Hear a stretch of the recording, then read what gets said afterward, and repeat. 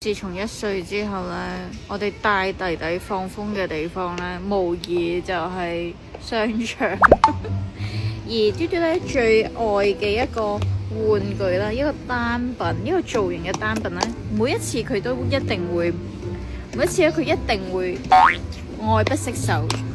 係啦，冇錯，就係玻璃，玻璃蛋類，圓形嘅嘢。只要有呢個區域咧，佢可以成個鐘都唔離開呢個區域噶。你又可以專心咁樣玩電話啦。冇電話玩。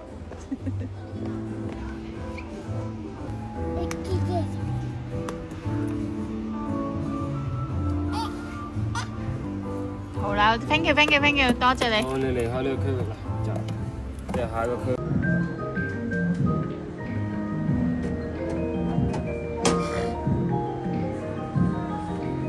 仲有一點呢，嘟嘟係學足晒大人嘅，每一次嚟到商場都係做一啲大運動，譬如當正自己係大人咁樣推呢個 BB 車。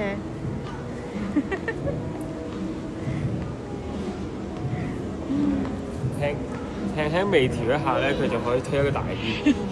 係呢一度嘅大圈。